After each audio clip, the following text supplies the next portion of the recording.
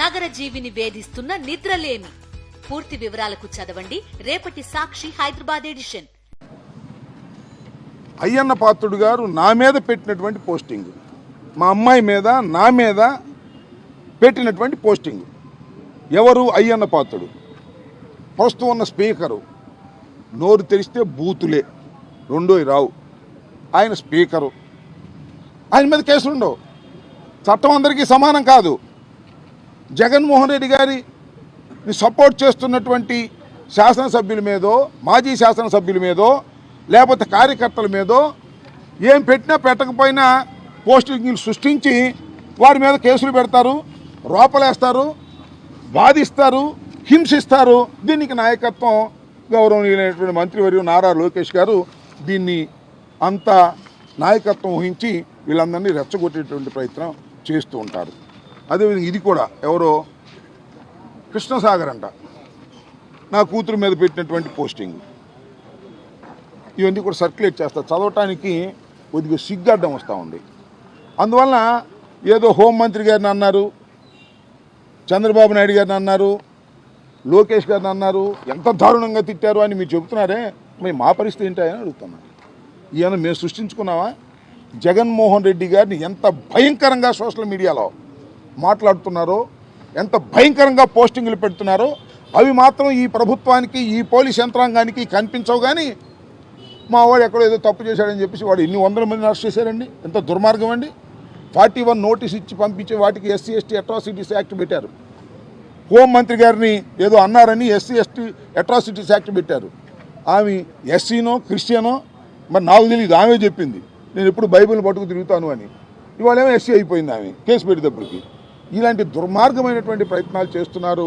ఊరినే మైక్ ముందు మాత్రం అద్భుతంగా చెబుతున్నారు, ఎవరినైనా సరే యాక్షన్ తీసుకుంటాం, సహించాం. హోంమంత్రి గారు చెబుతుంది. పాపం ఆమె చేతిలో ఏముందిలే. నేను చెప్పినట్టుగా మైక్ ముందు హోంమంత్రి ఆమె, కడమ వ్యవహారాన్ని చూసేది లోకేష్ గారు.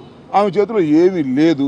మైక్ ముందు మాత్రమే అద్భుతంగా అమోఘంగా విచ్చలవిడిగా మాట్లాడేటువంటి పరిస్థితుల్లో ఆమె కనిపిస్తుంది.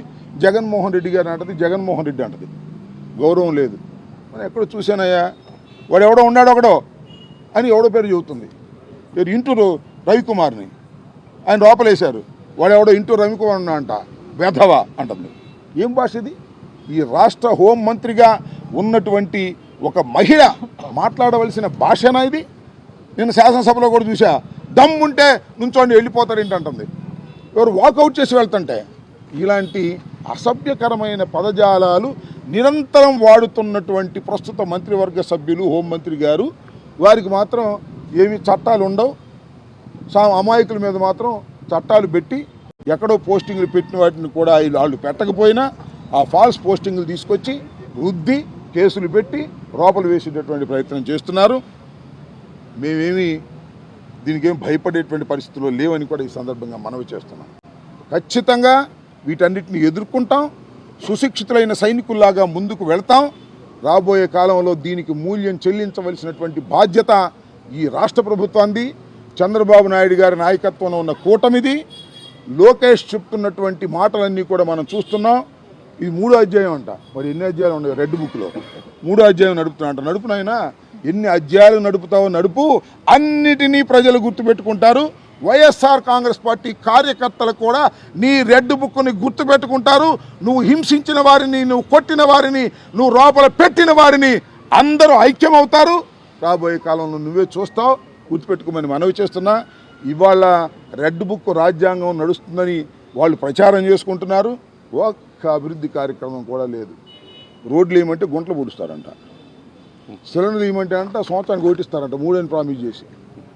అమ్మఒడి అంటే లేదంట, 15,000 లేదంట, 18,000 లేదంట, అవన్నీ కనపడవంట. కానీ వీటిని ప్రశ్నిస్తే వైసీపీ సోషల్ మీడియా యాక్టివిస్టులను, లేకపోతే న్యూట్రల్గా ఉన్న సోషల్ మీడియా యాక్టివిస్టులను పట్టుకెళ్తారంట, కొడతారంట, జైల్లో పెడతారంట.